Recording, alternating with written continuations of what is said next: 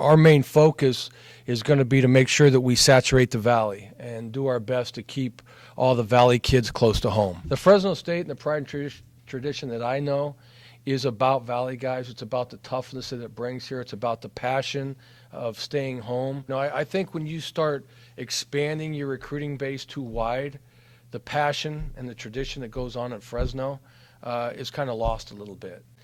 So to keep it in California, but really to make sure that people are growing up with Fresno State football.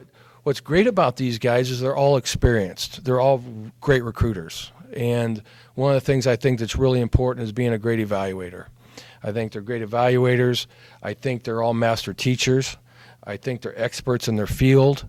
But I think they're all positive. Kalen was a 3-time national championship at Sioux Falls, 3-time National Coach of the Year with a record of 67-3, which is phenomenal, and brought that same success to Eastern Michigan, which was a program that was building. And for them to go to a bowl game this year, I thought they really accomplished a lot. And so that's really what caught my eye, was the turnaround at Eastern Michigan. The culture that exists when you're at a championship level, it's fun to be a part of, and restoring the tradition here.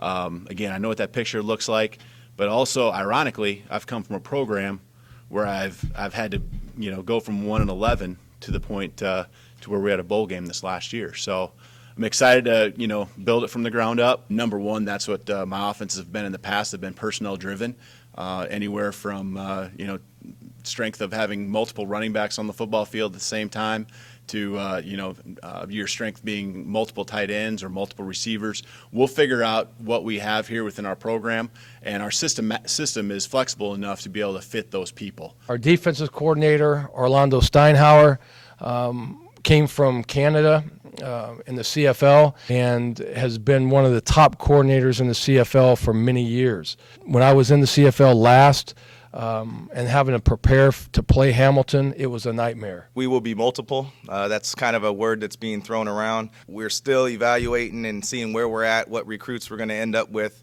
And I think part of the benefit of being multiple is that if you don't get a recruit or you get an injury, you're able to adapt. I think the same attributes are everywhere. When you have success, football is a hard thing. It's about motivating kids. It's about being sound fundamentally and technically. And really the difference from level to level isn't about the X's and O's. And like Coach said, it's the motivating the players and all that's the same. Really the difference is just managing staff. And the recruiting areas that you work to. Oh, there's definitely a big difference in between 12 and 11-man football, but I think the key word is football. Schematically, things change a little bit between 12 and 11-man football, but again, I'll just come back to it. It's all football.